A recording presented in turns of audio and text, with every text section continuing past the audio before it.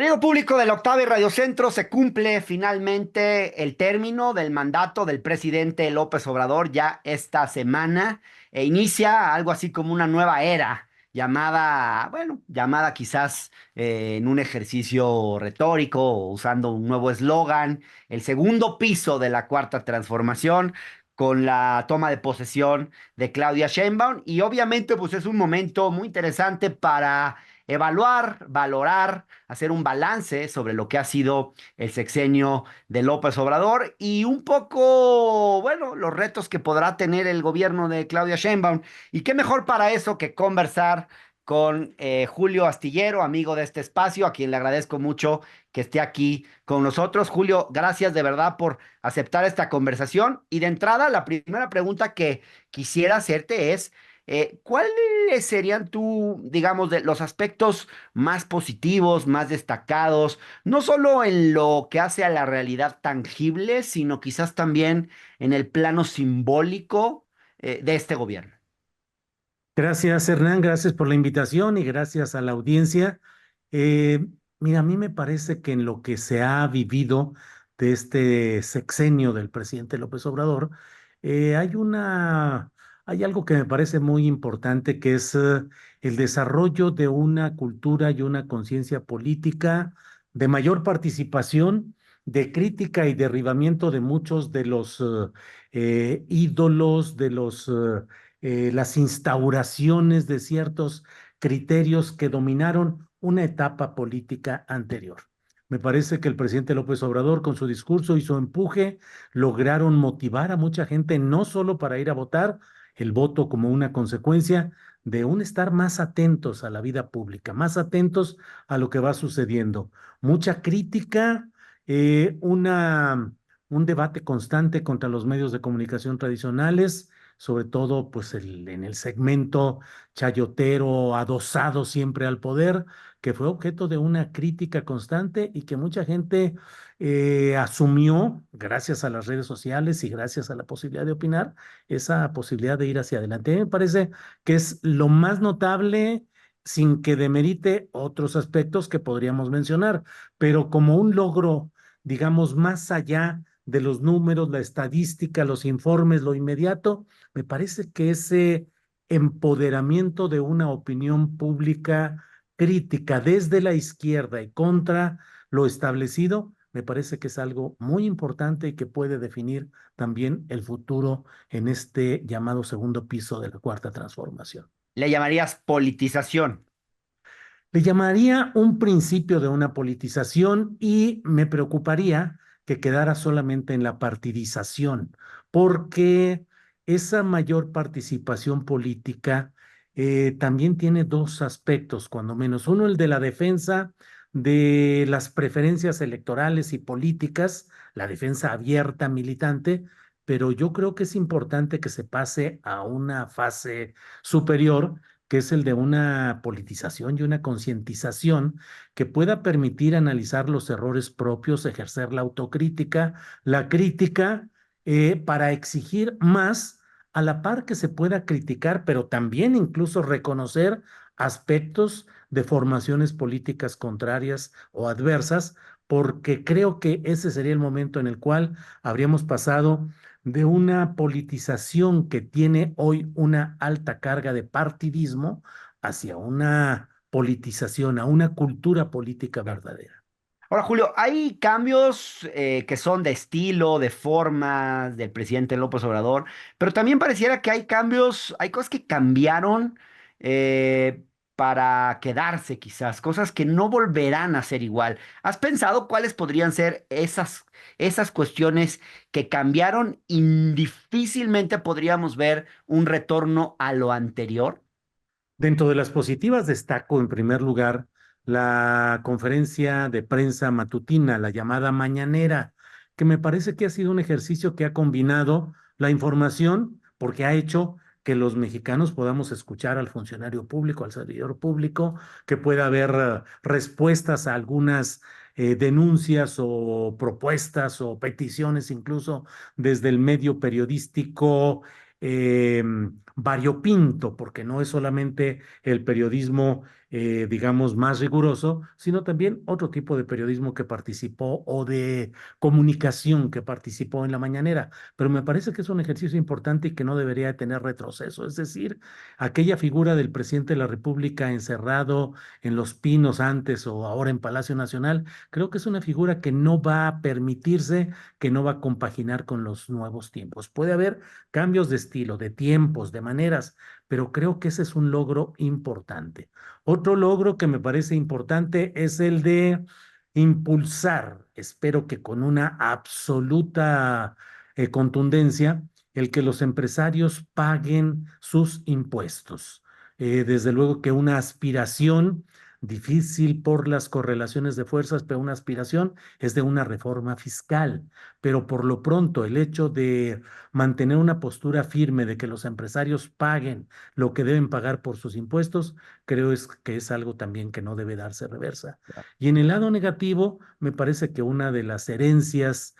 muy complicadas y muy rechazables desde mi punto de vista es el proceso de militarización que sé que se presta a discusión hasta conceptual de si se está viviendo una militarización en términos conceptuales o académicos o no. En términos de la realidad, lo que yo veo es un enorme poder concentrado en las fuerzas militares, una condición intocable, subrayada en el caso de Ayotzinapa, la entrega de empresas como tales, como negocio, como administración, a las fuerzas militares y un poder político que está ahí presente y que también creo que por desgracia no será fácilmente reversible, ni siquiera en el mediano plazo. Julio, hablaste de los periodistas chayoteros del pasado. Ahora yo quisiera preguntarte, ¿este gobierno vio nacer una nueva forma de chayoterismo, por llamarlo de alguna manera? No existe esa palabra, pero vio emerger sus propios chayoteros. Y lo pregunto porque pues hay muchos cuestionamientos en ese sentido al ejercicio que hacen algunos periodistas en la mañanera, pero no solo ahí. Mira, yo creo que el término del chayote, que ha sido muy utilizado y muy manejado, específicamente se refiere a la entrega de dinero en efectivo para beneficiar a periodistas adictos al régimen o que al régimen en turno o que obedecen las instrucciones de sus personeros, los coordinadores de comunicación social o jefes de prensa, que solían inducir el enfoque de las notas, excluir lo que no le gustaba al poder y beneficiar así a una larga cadena de personajes que son muchos de ellos los que siguen teniendo espacios dominantes en los medios de comunicación convencionales, sobre todo pienso en radio y en televisión. Claro. Ahora, Pero sí, dime. no, me pregunto si a ti te deja cómodo el ejercicio de la mañanera, porque de repente uno ve un extremo de salamería que parece casi una cosa cómica, y yo me pregunto si no se excedieron en eso, porque a veces me pareciera que ese ejercicio a veces termina siendo un poquito burdo en cuanto a la lambisconería hacia el presidente. Y me pregunto si el presidente necesitaba eso y si no le restó un poco de credibilidad al ejercicio. Sí, te comentaba pues el tema de los chayoteros del pasado. En esta administración no me consta y no tengo ningún indicio de que haya habido pago en efectivo de dinero específico para ningún comunicador o periodista. Lo que sí vi, y debo señalarlo, es el hecho de que hubo nuevas formas de comunicación llamadas alternativas o de youtubers o de espacios de portales que sin el rigor del oficio periodístico y sin la precisión periodística necesaria, concurrieron de una manera privilegiada para formar una especie de colchón de apoyo y de respaldo para posturas políticas o declarativas que iba a realizar el presidente de la República. Yo entiendo que la función de quien está a cargo de una coordinación de comunicación social, como ha sido Jesús Ramírez Cuevas, pues es la de cuidar que no se desborden las preguntas, las críticas y propiciar que haya una nueva marquesina con nuevas figuras que estén adheridas o que sean más cercanas a ese proyecto. Y en ese contexto yo lo que he hablado desde hace varios años es de la aparición del neochayoterismo, es decir, el Ajá. hecho de que ahora, para tener el beneficio de que tengas muchos likes, pero sobre todo muchas vistas en tu producción, recurras al amarillismo, a la trampa, a la mentira, a la distorsión y sobre todo a endulzar el oído del oyente para que le digas lo que él quiere escuchar en términos partidistas o militantes y de esa manera tener mucho impacto económico positivo a través de las vistas en las redes sociales. Es un Sí. neochayoterismo en la medida en la que sacrificas el criterio, la opinión y el ejercicio preciso del periodismo para tener muchas vistas tocando la música que le gusta a tu audiencia. Sí, así es. Julio, y no me deja de llamar la atención que, digamos, que periodistas serios, reconocidos, destacados como tú, no estaban ahí mucho. O sea, yo creo, recuerdo haberte visto una vez, no sé si fuiste dos, pero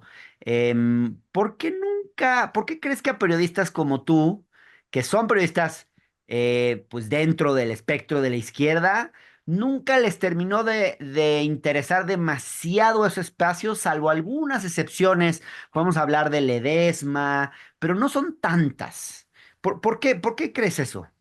Mira, en principio a mí siempre lo he dicho y es en serio que yo soy alguien nocturno, es decir, y a mí me cuesta mucho trabajo levantarme tan temprano para estar a las 7 de la mañana en una conferencia de prensa formado desde las 5 de la mañana. Pero aun cuando hubiera hecho un intento y un intento serio, debo decirte con toda precisión y honestidad que a lo largo del sexenio del presidente López Obrador, solo tuve comunicación concreta con el coordinador de comunicación social, Jesús Ramírez Cuevas, en una sola ocasión, no un solo día, sino en ocasión de el derecho de réplica que exigí por el asunto de la Sierra de San Miguelito. Solo en esa ocasión tuve la posibilidad de establecer contacto. En varias ocasiones escribí, comenté, planteé cosas sin que tuviera ninguna respuesta, absolutamente ninguna respuesta. Digamos que para efectos de la coordinación comunicación social de la presidencia, fui inexistente, no hubo nada hasta que se dio este asunto que lo ventilé en las redes sociales y que exigí un derecho de réplica. Fue la única ocasión y llegado a las 5:30 de la mañana, no sé, a la rueda,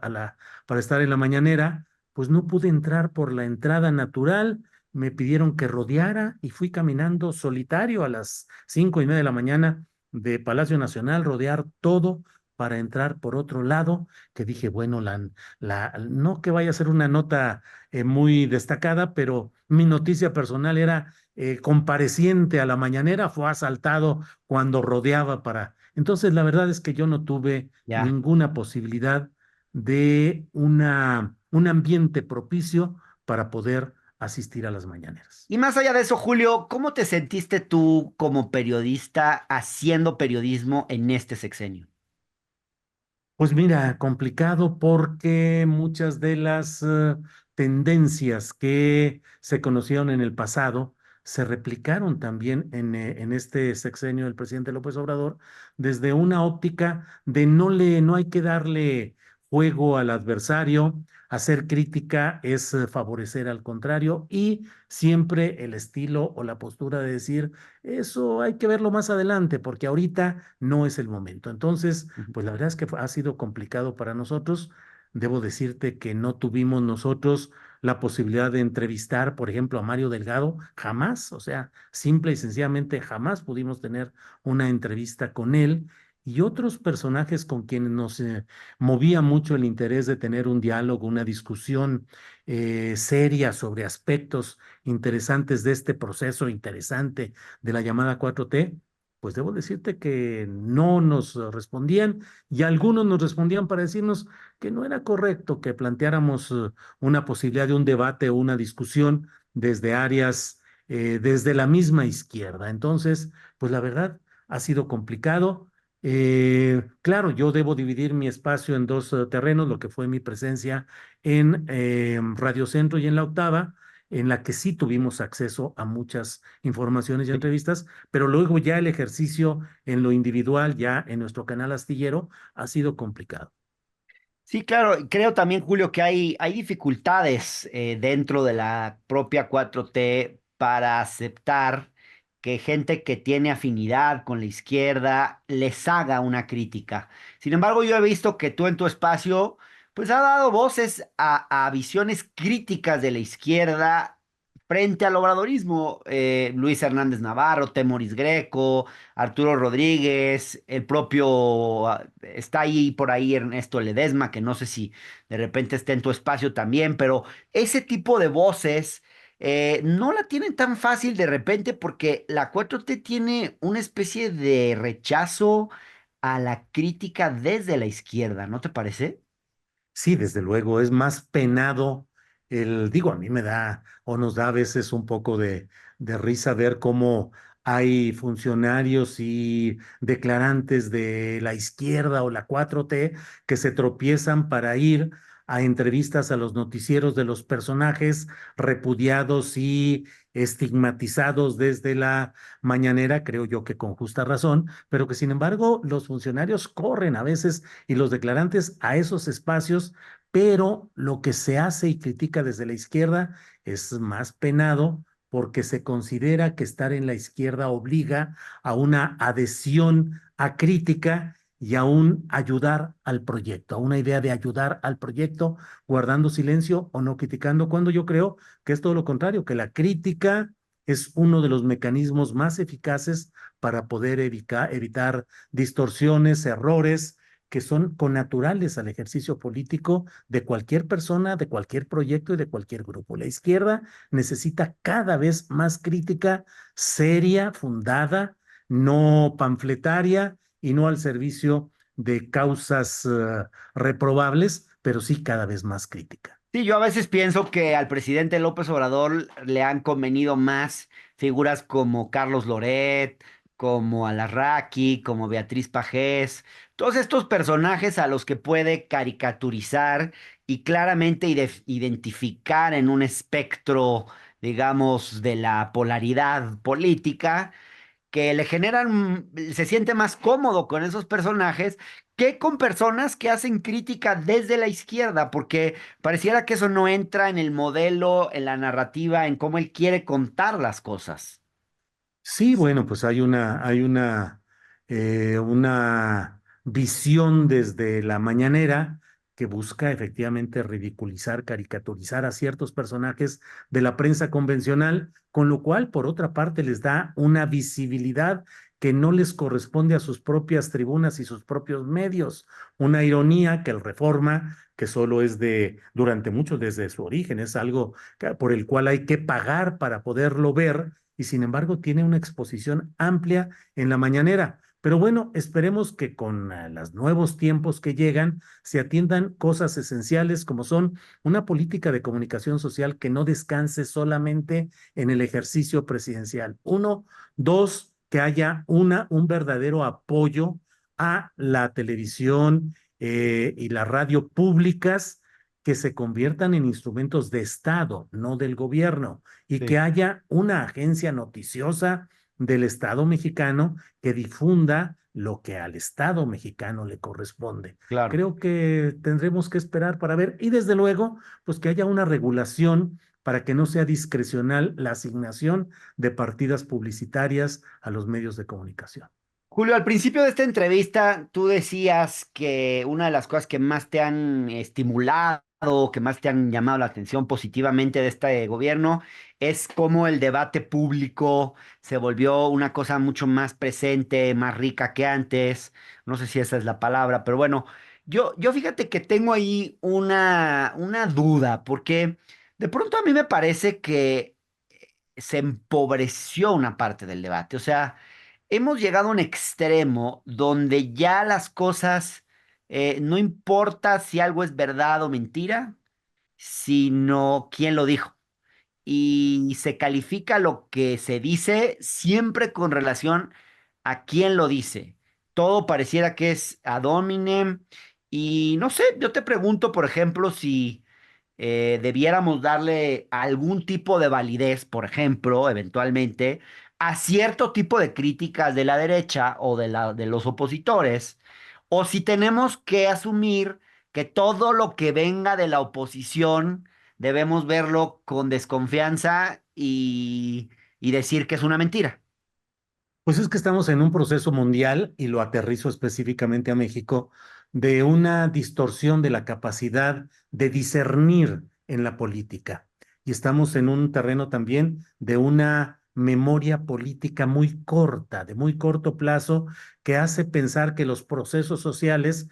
surgen en el corto plazo y no tienen un contexto y no tienen una historia de luchas y de otros antecedentes, por un lado. Y por otro tenemos pues la producción enorme del uso de los mecanismos de los bots que hoy en la guerra política, pues la verdad es que es absolutamente natural para quienes tienen presupuesto y capacidad de poder el utilizar ejércitos de bots y de opiniones orquestadas para desacreditar a las voces que creen que pueden hacerle daño al proyecto y también para confrontar abiertamente a otras posiciones que estamos viviendo hoy en México, en el mundo. Pero bueno, lo aterrizo a México, pues estamos viviendo esa descalificación personal, proyectos de poder que tratan de desacreditar a los opinantes que les son incómodos mediante campañas permanentes insistentes con una adjetivación programada, pautada, en la cual uno puede cada día ir viendo cómo el jefe de esos grupos ordenó que dijeran que uno usa lentes o no usa lentes y entonces eso significa o no significa la capacidad de profundizar o no. En fin, el gran problema es que la discusión pública, que yo creo que sí tiene segmentos genuinos y rescatables, tiene que ir más allá de las redes sociales, porque hoy las redes sociales están intoxicadas de todos estos ingredientes Pues sí, negativos. hablas de los bots y me viene a la memoria corta lo que ocurrió con la última entrevista que di para tu espacio. Creo que pasó algo muy parecido, esta andanada de bots que se me vinieron encima y que seguramente a ti también se te vinieron encima en aquel momento en el que, pues de una manera muy firme, cuestionaste lo que estaba ocurriendo en la Sierra de San Miguelito, ¿no? Ahora, Julio, quiero regresar a la parte del balance del gobierno de López Obrador, porque me gustaría saber si hubo algo que a ti, algo que te haya desilusionado del presidente López Obrador, algo que realmente esperabas que iba a ser distinto si nos vamos, digamos, a 2018 y que, y de plano no fue como tú pensabas y que pues te haya preocupado, digamos.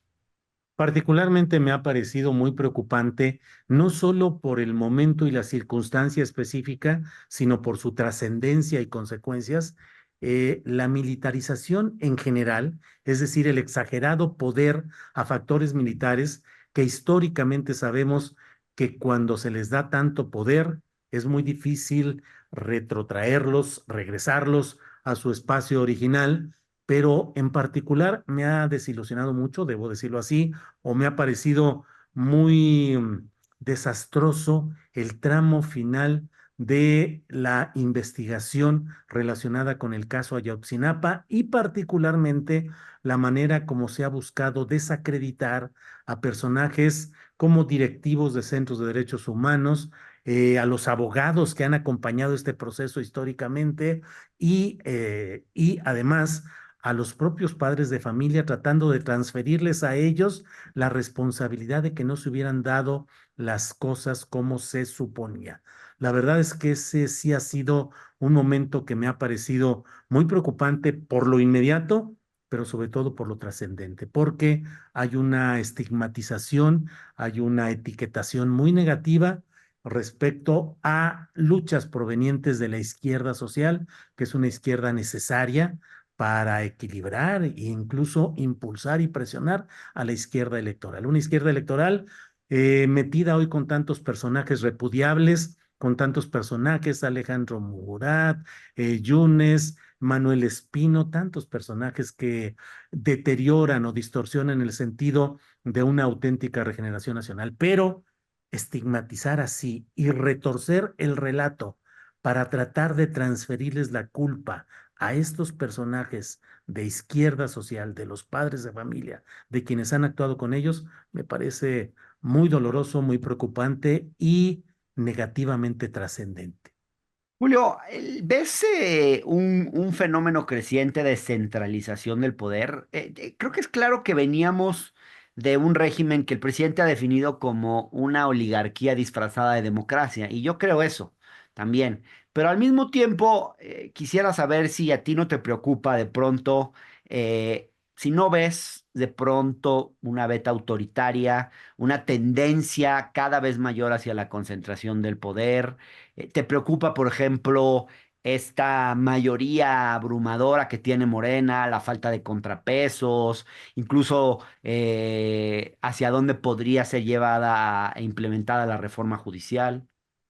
El proceso para llegar a esta mayoría apabullante me ha parecido eh, cargado de elementos negativos. Ya he mencionado algunos apellidos, pero podríamos irnos a revisar la lista de las propuestas para tener esa mayoría en la Cámara de Diputados y en la Cámara de Senadores, la mayoría calificada, el plan C, y encontraríamos muchos huecos y muchos hoyos negros, muchos espacios oscuros en los cuales se pierde la ideología y se privilegia un pragmatismo inaceptable. Me parece a mí que lo que se deriva de la votación del 2 de junio, es decir, una altísima votación, casi el 60% de los votos, tiene una traducción en esta mayoría calificada en la Cámara de Diputados y la casi mayoría calificada por sí misma, Morena y sus aliados, en la Cámara de Senadores.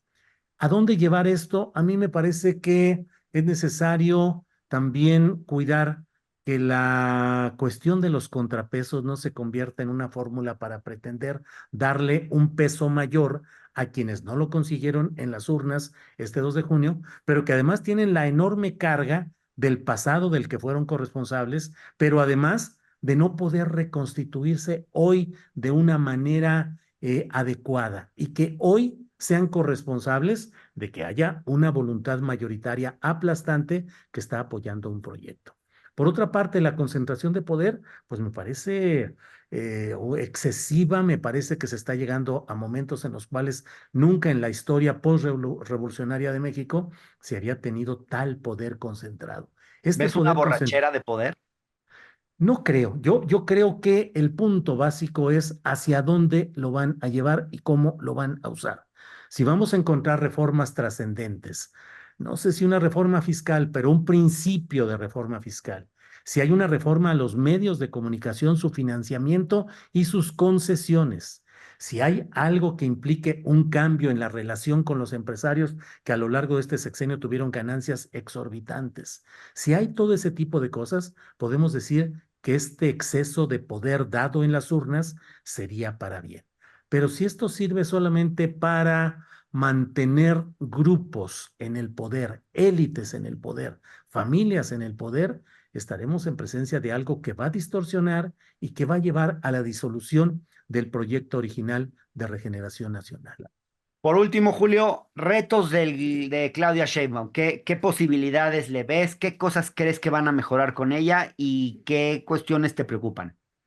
Mira, Claudia Sheinbaum llega en una situación de un contexto político muy complicado. No solo la acompañan aquellos que compitieron con ella por la candidatura presidencial, sino que la acompañan en puestos relevantes de operación política directa, algunos que le hicieron el vacío o que le pelearon abiertamente, como Ricardo Monreal, como Adán Augusto López Hernández, que me parecen personajes que no deberían estar en el entorno de la facultad de la nueva presidenta para la operación directa en las cámaras. Pareciera que allá hay una continuidad del pasado, del paisanismo y de la truculencia en el caso de Monreal. Por otra parte, tiene un gabinete que en cargos clave están entregados a personajes que dan continuidad al proyecto anterior, pero que al mismo tiempo mantienen menos posibilidades de operación de la presidenta en funciones.